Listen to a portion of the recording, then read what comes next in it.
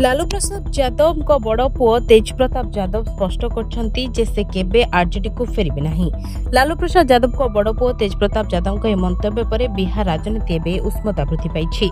तेबे से कहते जे भगवान को सम्मुख में प्रतिज्ञा कर पछकु हटबे नहीं। तेज प्रताप कहते बापा माँ एक भिन्न स्थान अच्छी दलर एक भिन्न स्थान अच्छी। मो पिता माता को सर्वदा सम्मान करी किंतु मोर आरजेडी सहित कौन संपर्क रही।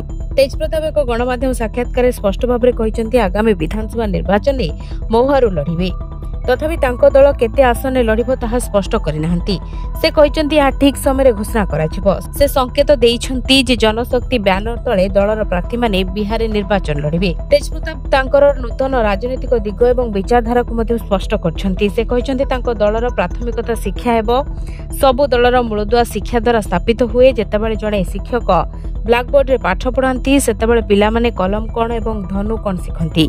शिक्षा होची प्रत्येक परिवर्तन चाबिकाठी। एथिपाई से ब्लैकबोर्ड को तांको दल निर्वाचन चिन्ह भाव में बाछिछंती। तेज प्रताप को मंतव्य को आरजेडी एक बड़ झटका भाव में देखा जाए। दल भितर फाट और असंतोषर रिपोर्ट पूर्व आसाला। एवं तेज प्रताप को संपूर्ण भिन्न पथ आरजेडी निर्वाचन संभावना को क्षति पहुंचाई पारे।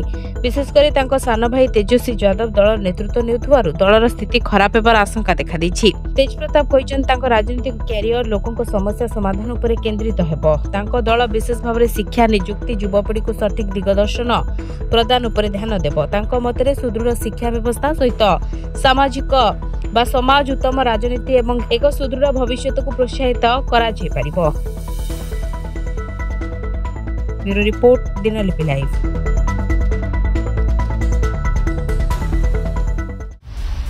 दिनलिपि लाइव को एबे ही लाइक शेयर सब्सक्राइब करंतु।